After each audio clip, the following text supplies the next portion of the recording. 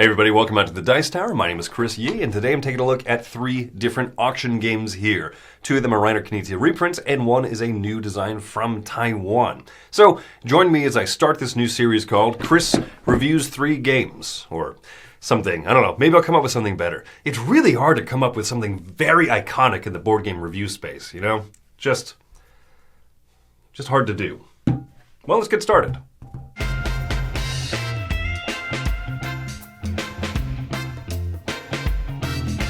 As I said from the outset, 2 of these are reprints of Reiner Knizia games, Knizia being someone who works very well in the auction space. So I'm going to take a look at those 2 reprints first, the first of which, Medici here. This game is originally from 1995, I want to say it is. A small card game. I'm going to show you how it plays, and then we'll come back up. Here's Medici set up on the table. This is an individual player board. There's ship that can hold 5 of these cards that you'll be auctioning off. This is set up for a 3-player game. Central board over here. There are 5 colored tracks that you'll be advancing on, even though 2 of the tracks are the exact same color. Stupid. You'll also notice that there's a green and a sort of darker green player, even though that's supposed to be black. Stupid. You'll notice these ships here are your victory point / money trackers, but they are the size of these slots here, and they do not stack. Stupid. So they included extra discs, which you're supposed to use when you pass 100. You're supposed to put your ship and your disc together. Stupid. We're just going to use these discs here of our different colors and pretty much throw these in the trash. Players are going to, on their turn, start an auction. If you are the lead player, you're going to flip over 1 card, and you can choose to stop here and auction off 1 card, or you can flip over a second, stop here and auction off the 2 cards, or flip over a third.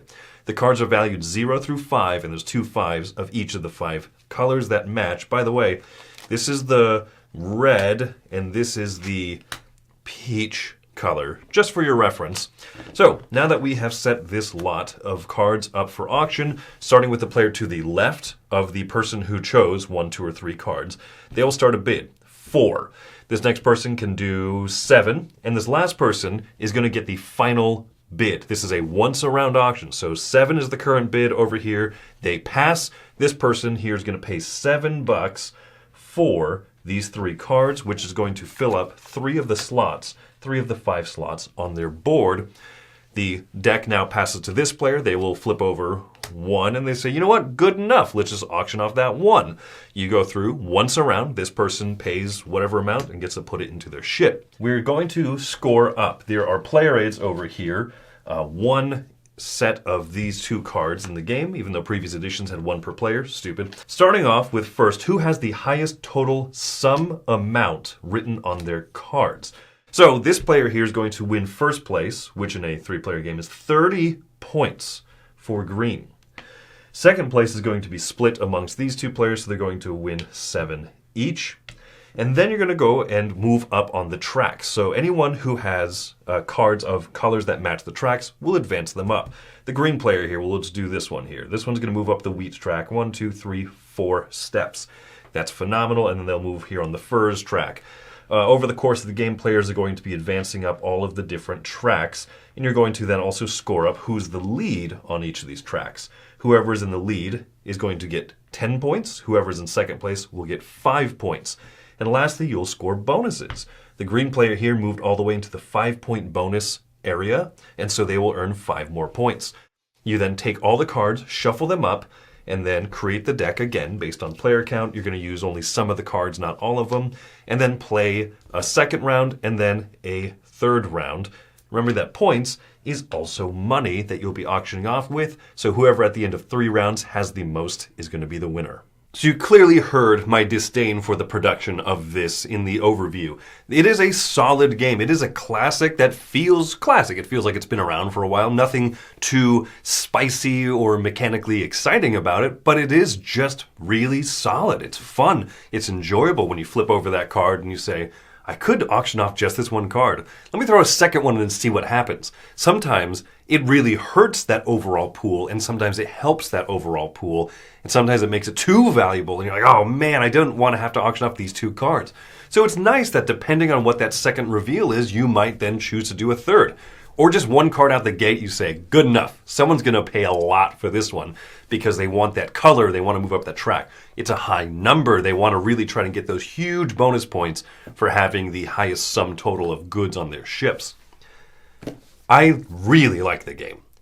I am baffled that this production here comes from Steamforged Games, who tends to make really over-the-top productions, and on this one they couldn't even come up with 5 different colors.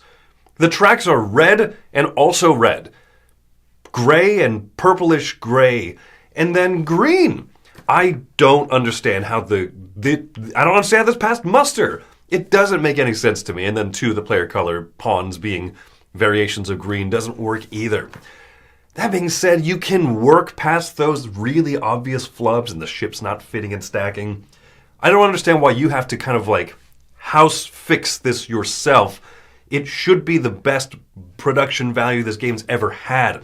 This is just last year we had the definitive edition of Ra. We had an amazing production of Amun-Re. And this one's let down. It feels old of a production. And yeah, the game is, it's not a frilly, it's a no frills game, but I really like it. I would give the gameplay like an 8. This is the first time I've played this game. If you get this and you enjoy in those types of games, I think that you will really have a lot of fun with this. The production's like a 5 for me. It's that bad. It's that much of a detractor. So I don't know that I could recommend this printing of it, but you can figure out which track is which by the icons on the pictures. I just can't believe that they didn't do a better job of actually making this more friendly for the players off the bat. So there you go. That's my look at Medici. Money here is the other Knizia reprint I've been talking about. This one is a 1999 card game. It's been published through various different publishers. This current one is from Play-T, who is a Korean publisher. It has been in the Eagle Griffin numbered box line of games with things like Ink and Gold. So it's had various different printings, but this is the first time that I played it. A little money exchange game. Let me show you how it plays. Each player has a hand of 7 cards, including 1 crypto coin, which is humorously worthless. The other cards are just random assortments of different types of money, and you'll notice there are also 2 groups of cash that are available for grabs on the table. On a turn, every player is going to simultaneously choose a few cards to put in. They can put in as many as they wish, but that is a bid that they're going to lose. They can use their crypto coin if they want as a bluff. So the other players are going to put cards in, and then we'll simultaneously reveal. So I had bid 50, and then this bluff card goes back into my hand.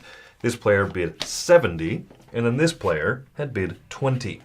At this point, you take a look at the person who bid the most, and they're going to take these cards and exchange them either for another bid that some players put out or for another group of cards over here. So this player might take all of these and set these out there, adding these to hand. I don't want that, so I'm going to take these, swap them in here, and then lastly, the player who bid the least is going to take these cards, put them into hand. At the end of that round, you're going to refill each of these piles up to 4 cards, and you're going to continue playing until this deck of cards runs out. What are you trying to do? Well, you're trying to make collections of money. If you have an amount that equals $200 or more, as with these New Zealand dollary dues I've got here, you're going to earn that value of points. However, if you had, say, under $200, you're then going to take whatever that score is and subtract 100 from it, then that will be your score. And so if you had only, say, 90 in a specific suit, you would have negative $10 as you still subtract 100 from it. And you're going to do that for every type of currency that is in your hand at the end of the game, potentially losing a lot of points. But you can also potentially get huge amounts of points as having triples, having 3 20s or 3 30s gives you an extra 100 each.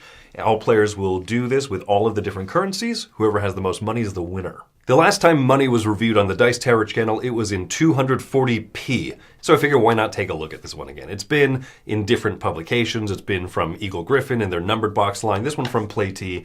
I'm very happy about this because I think it's a small package, looks very attractive. I like the different types of monetary bills and stuff in there. It's cute. And yes, no country has a $60 bill or a $40 bill or whatever, but it is... it just gets the idea that you want to collect the different suits, more or less.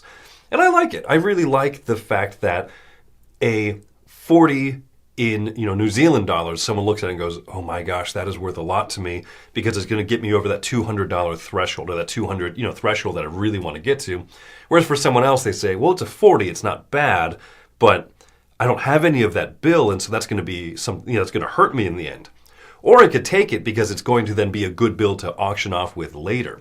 So it's a fun idea of exchanging currency. Simultaneous reveal auction is nice because you don't want to bid too high because then you're just making a really sweet pot for other players. It gives you ways to try to figure out which currencies you're going to collect a lot of and which ones you want to ditch out.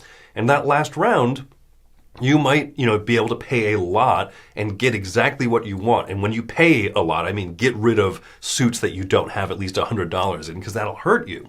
It's nice that the gold is steady, that's thematic and cute. There's little things about this one that really charm me, so I'm giving money a 7. I think that for a small box card game, this is one that you could play repeatedly with the same group of people and not get tired of because it's just fun to see how different people are going to value different things. Charming, neat little game. Money I give a 7. Taiwan Night Market is a game that caught my eye on Kickstarter because of a few reasons. One, I think that this cover is gorgeous, and the game art is really good, charming and adorable, and really delicious looking. But also it's from a designer who I've liked a lot of their stuff, Zong Ger. So let me show you how this one plays before I give you my thoughts. Here's the Taiwan Night Market. Partway through a game, I've simulated a little bit of extra shops that players already have. They are trying to set up shops of different types that will attract customers looking for the matching type of good. But you'll notice that they're going to be moving in these lines here, so they will stop at the first shop that suits their needs. So currently, if customers were coming through, this person would go to this donut or sweet shop over here. But since this is an available lot of land that could be purchased this round, the player who wins it might construct this type of good to cut off this customer and take their money here before they can go to the blue player's one. The general flow of the game is that you will have this round structure you follow. You reveal new customers for the round. You reveal with this deck of cards what locations are up for auction this round, indicated by these markers here. And then you're going to choose some hidden customers that you, from your hand of 4, know that you'll be adding out to the board. So maybe I will select for this customer to come out and for this one. Depending on the round number, each player is going to commit a different number. So we commit in a few of these. And then we're going to go to bidding. Starting with the first player, they are going to bid for a lot of land. And they can place it onto any of these pre-printed numbers. These first few spots here are more expensive because of their access to close the initial customers. Players continue going around doing one bid at a time until the round is done. You then look to see, is everybody winning at least one location? You'll notice that if this were the case, blue here is not winning either location, so they can move one of their bids to another spot.